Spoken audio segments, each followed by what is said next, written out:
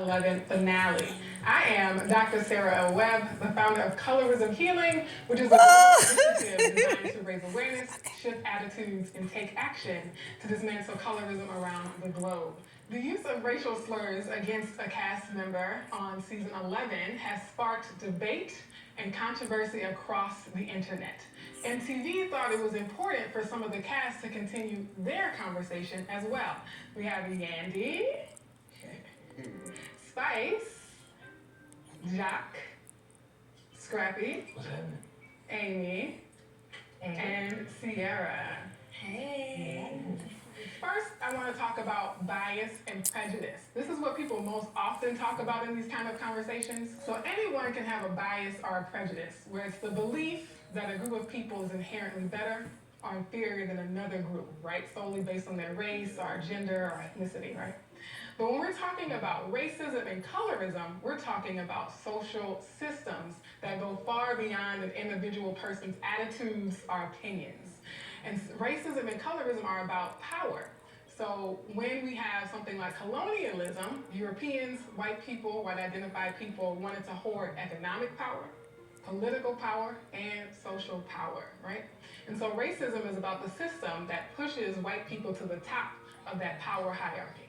Colorism is a system in which even amongst us as people of color, those with the lightest skin tones get more preferential treatment and are propped up in society above those with darker skin tones, all right? And let's talk about Atlanta, the setting of all this. She is on Atlanta MTV. is the mecca of Black culture. Atlanta has a long history, generations of civil rights movements, of protests, right, of sit-ins.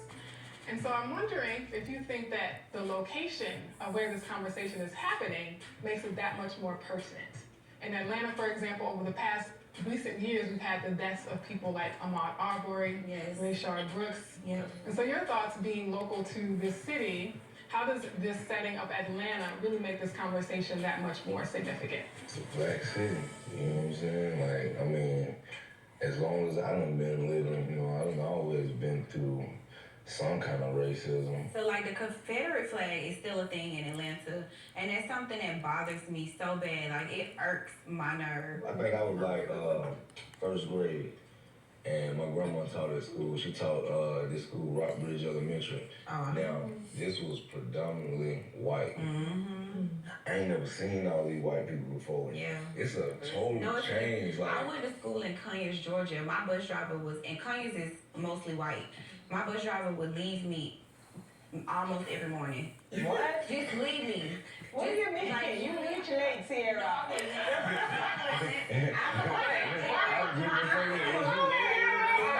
Listen, my house was right in front of the school bus. The bus was on the bus, and I'm walking out. Maybe I was walking, but she seen me, and she would just pull off.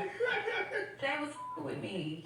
They were. They were, right? So what you're talking about is what people call microaggressions. Yes. You're not using the N-word against me. You know, you're not calling me names. saying Explicitly. Thank you. But your Doing actions. things, your actions are trying to put me in a degrading position They to would, say, because she would let all of this, she would like, come on, the bright kids would just jump on the bus, and I would come out there with my little book bag, and honey, she would just pull off and slam it. I'm like, dang. Like, they only a black girl. Let's go. And those are different things that I remember, like growing up in Atlanta. I think moving here, because I'm from Harlem, another mecca of Black culture and creativity, I came with you know what? I think I want to open up a restaurant. I want to open up a skincare store. I was able to own these different properties, but once it comes down to permitting, I have someone that is white that works on my team. Sending her in to get things done It's has easier. so much quicker than me doing it. Although this is the mecca of, you know, Black opportunities, resources. So I think racism is everywhere. I think the structural power is all over the United States. I mean, I'm saying the United States because that's where I'm from, but I think it's embedded in systems no matter how much the state or the city appreciates what Black people brings, how much they idolize what we bring, how much they love our culture. I don't think it's any different. the black, we actually support. We spend the money. It's like, okay, I'm gonna let y'all spend the money, but I'm not gonna give y'all that real respect. I walk into the bank and I'm not respected at all until they log into my account. But I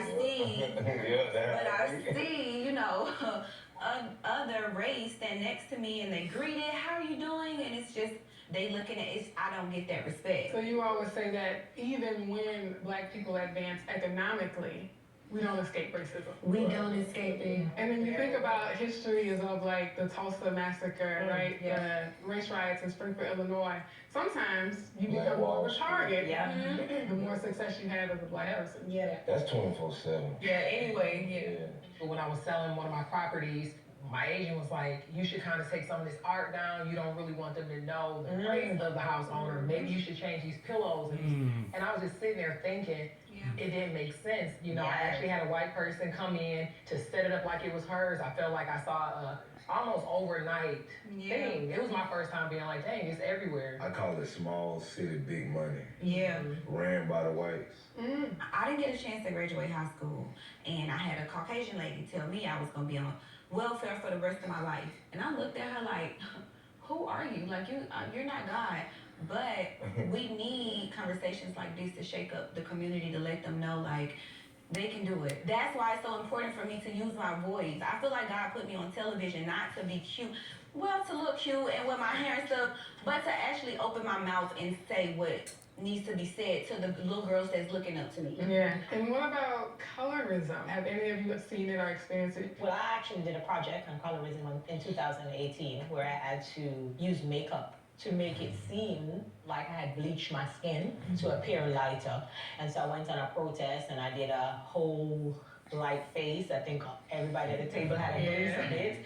And it was just my way of protesting to say, do I have to look like this to be more appreciated? Well, I did a song called Black Hypocrisy because I feel like there's a lot of hypocrisy within our black community when it comes on to colorism as well. But as a darker skinned black woman, I sadly have experienced racism and colorism majority of my life. I experienced it. Man. Remember when I pressed my hair?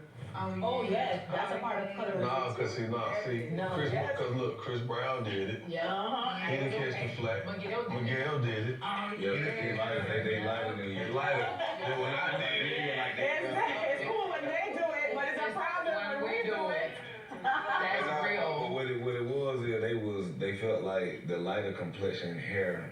and then there's the singers, and that look like I'm trying to look more like them, and it's easily accepted because of their complexion already. Exactly. But you know what? I always thought that like men didn't get it as bad as women because I got it, and I feel like I'm in the middle. You know, women love a chocolate man. You know, I didn't know. So, but I mean, when it comes to relationships, probably. But what I've noticed, with browner skinned men, they are more likely to get pulled over by the cops. Oh, yeah. They are more likely to be found guilty before they're even trying to be proven guilty by complexion. Guilty by complexion. When it comes to society forms, like it's very hard for black men. I think even sometimes darker skinned, even sometimes harder than it is for us. When it comes to society, getting a job, walking into, to a restaurant, walking into a store, walking into a bank, Trying to get a house. trying to get a house. We want to zoom in a little bit to the incident that, incited this roundtable where Erica Mena used a racial slur against Spice. Oh my God, I want to know what would happen to me if something happens to Spice. And I said, well, damn, I was your wife pregnant. Almost lost my life and our baby. In a really dark time. I was in the hospital, which the whole world saw. But why did you feel the need to compare us, though? Because at the time, you Anyone would have. And Why? Why would you compare? You're saying that he felt that way. I was his wife, and he felt nothing. That don't have nothing to do with me if he felt nothing for you. So it's just confusing. So you're telling me, if you were in my shoes, you're telling me you would have felt no type of way as a woman? What do you mean if I was in your shoes? In what way? What do you you mean? Because I feel like your problem is, Erica, you feel like you're the first woman to be divorced. That's the problem. I feel like you're acting like you're the first woman to be divorced, and you're the first woman that's left with 2 children to fend for. I've been doing it for 14 years. Welcome to the club. I've been doing it for 16. Okay? 16. Okay, with your son that don't like you. My son loves me. How do you know Why it's talk not about that? yeah, Stop wait, overthinking about you.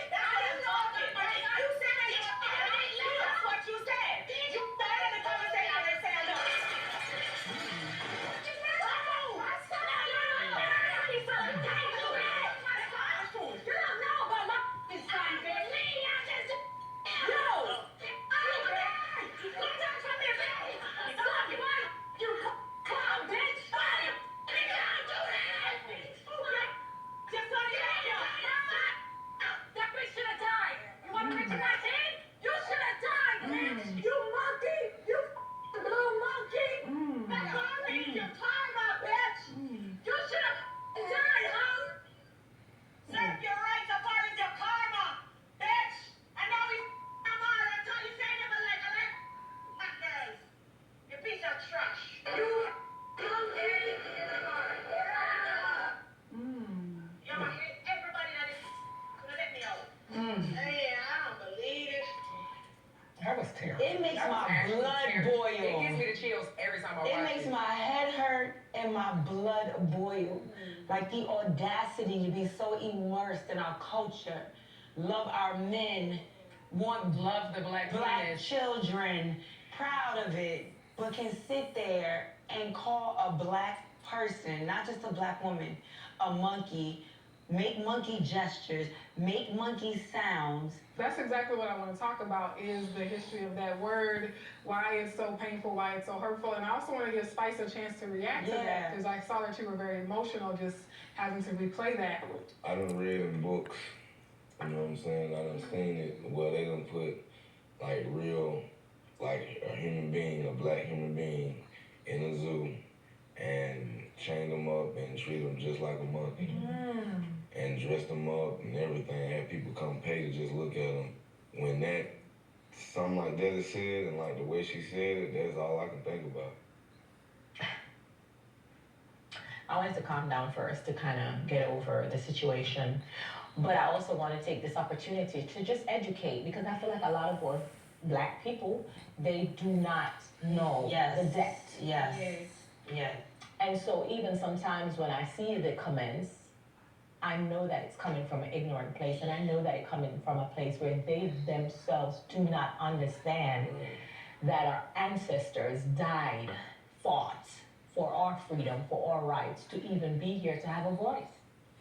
When I heard what happened from Rashida, I was taken aback at first when Rashida said, you know, her child was mentioned, so she reacted, and I was like, you know, I had to be real, I'm a flawed human being. And I remember when my child was mentioned on a reunion show, I got up and I was ready to fight. Then my next reaction was, but why you went to a racial slur? And then I started to think, like, Dag, is she a racist? Like, what's that about? And I'm like, I gotta talk to her. I don't think she's a racist. Like, I've spoken to her. So my first reaction was, nah, she's not a racist. She doesn't know what that term means. She's not educated about the violence that has for our community. I know that she doesn't know what this means for our history and our people. I want to be in the space where, yeah, it is, and say she don't know that, but I'm not going. Because I know she's culturally aware. Too immersed in our culture to not know. Because if you tell me you don't know, I'm gonna look at you sideways because you know too much more about too much other Why'd stuff. you use the word in the first Can't place? have what my father would say, convenient amnesia. You use the convenient, oh, I didn't know. No, you knew. You know. And when I know that you know, it's a slap in the face to pretend as if you don't. I ain't never had seen it, like how you, I ain't never had I seen didn't either, because I did my little different place. So when I seen the little thing saying, oh, they done fired and stuff like that, Because your first line was I was like, We all were. I said, but then you came back after he did his research and educated him. We actually have clips of your live stream. I feel about Erica getting fired. I don't know if that's real. I mean, I think that's pretty bozo for them to fire somebody. I don't know Erica at all, right? At all. They can fire me, they know that. I was drunk. Yeah, I was drunk. He was drunk. I was drunk. When you said that, I said, ew. I did not mean the words. I did not know the gravity of the words. damn. Okay, let's watch the other one. Look, he went to a whole nother location, though. Changed his t-shirt. Started drinking some water. Music ain't behind me. Erica Mena was wrong. Mena was wrong. Erica Mena was wrong. Whatever, you know what I'm saying? The television is real. Yeah. You do know that? Racism is real. You know that? See, what had happened was I ain't had seen it. So I'm like, I never saw so I'm looking, I'm looking at it like they two women, they probably just was, you know what I'm saying? Just was like that. But then when I seen it, I was like, wow, nah, like the way she said it was like real, like. Intentional and deliberate. It It came from the It gut. came from the gut, like. Came from the core. I'm talking about like. That's what made me change when I seen it. I'm like, ooh, I She was said like, he, and I was was like, yeah, oh. because I've been really quiet. Not really. I told her how I felt about it. I told her I was like, you wrong. The term monkey was systematically used to dehumanize the whole black race. It was shocking coming from someone that I know, but I have received racism almost all my life. So being in a racism situation is not new to me. However, since I'm the one in the hot seat and the whole situation stirred from me and her having a discussion, I vividly want to point out and make sure that everyone is aware that I did not come for her child.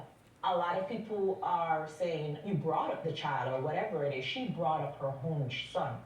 And so when she brought up her son, I replied and said, to the son that doesn't like you, because I wanted to be clear.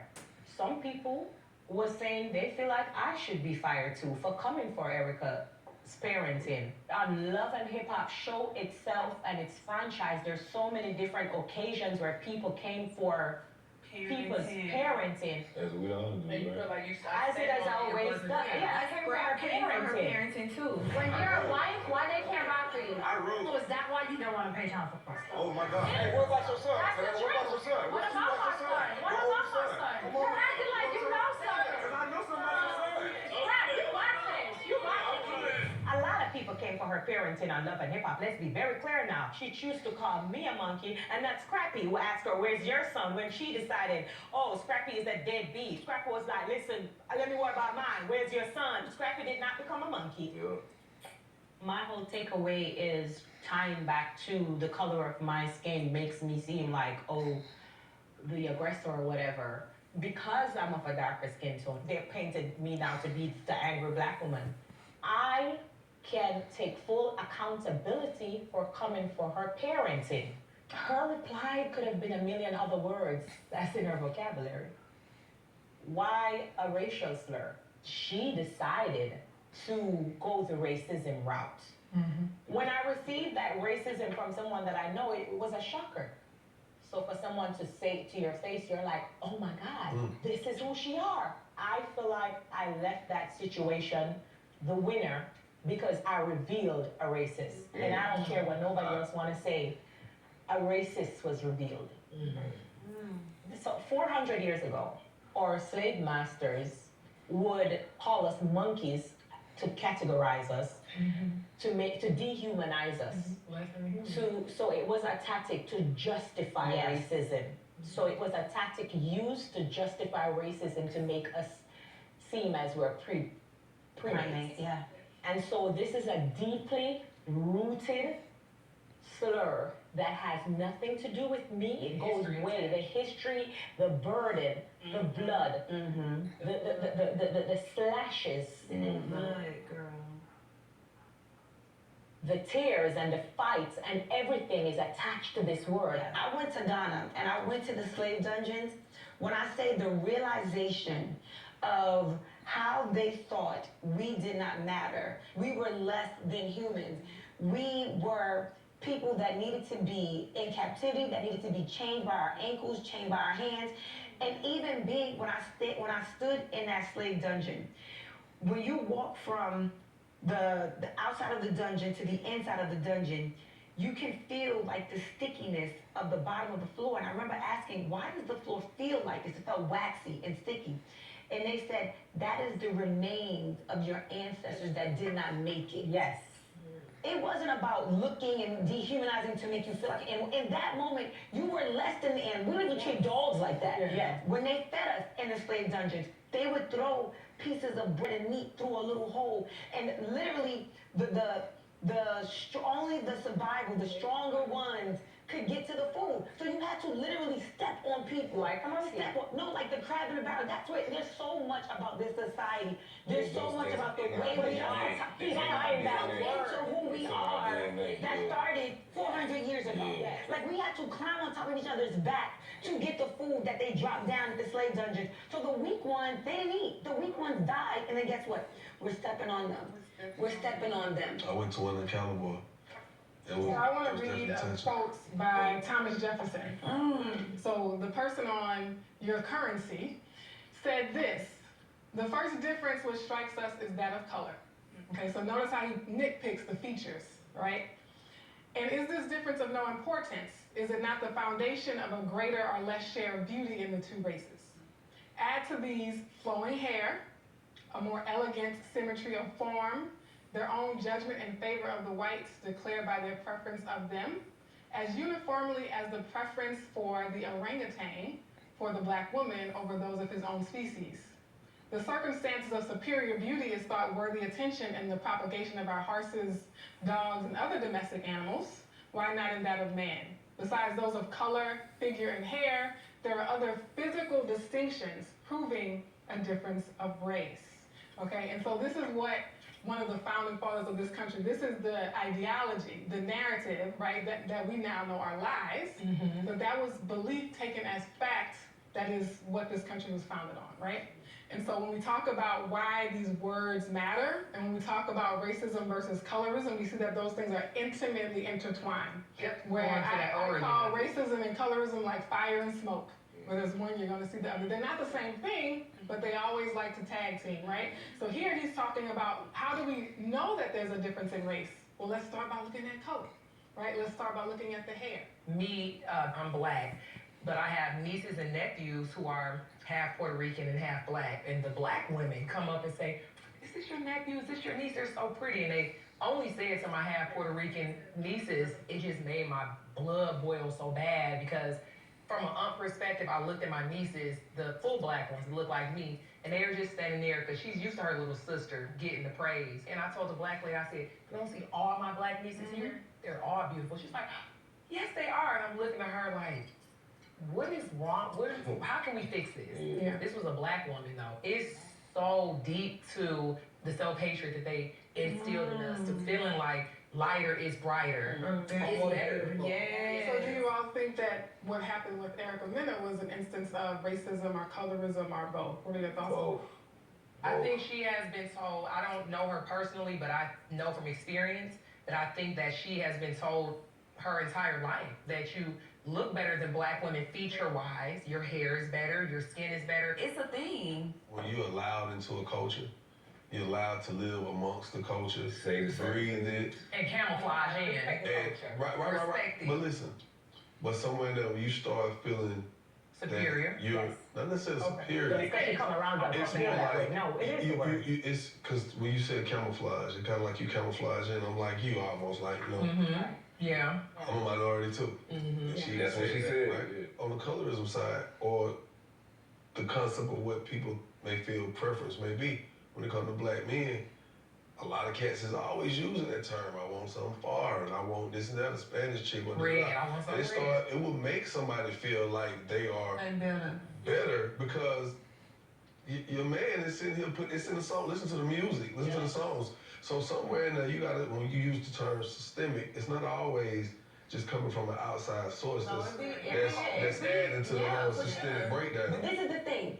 Nowhere in our culture, if I sit at a table with you, if I sit at a culture and I'm across from people of Hispanic background, we might say to each other, "Shot, please," like, and it's accepted amongst us. Even if you're immersed in black culture, that is accepted to a certain extent.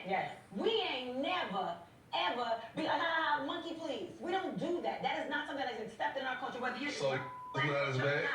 The reason it doesn't have the same implications if I say because we've got into a place. And it doesn't have the same We got into a place. I don't give a damn what. So what Yandy is trying to say is that regardless of whether you think the N-word is bad or not, it is accepted as a part of black culture. Yeah. Monkey has never been. We've never found that. So let me finish the point. So what you were saying about, non-black people who are a part of the culture, who are accepted into the culture, they can't claim that for why they use the term. No, because we don't play like that. It shouldn't be allowed in no kind of way. But there are blurred lines. It ain't to me. It is. I mean, you gotta think though. In the past, it wasn't. You go back, it wasn't blurred. It was this what it is. You who you is, and I'm who I am, and you keep that some kind of way. They blurred it. I'm not gonna lie. I didn't know it was blurred until I went to New York. When I went to New York, that's because the people, the different race in Atlanta can't say around there. Yeah. But when I went to New York and I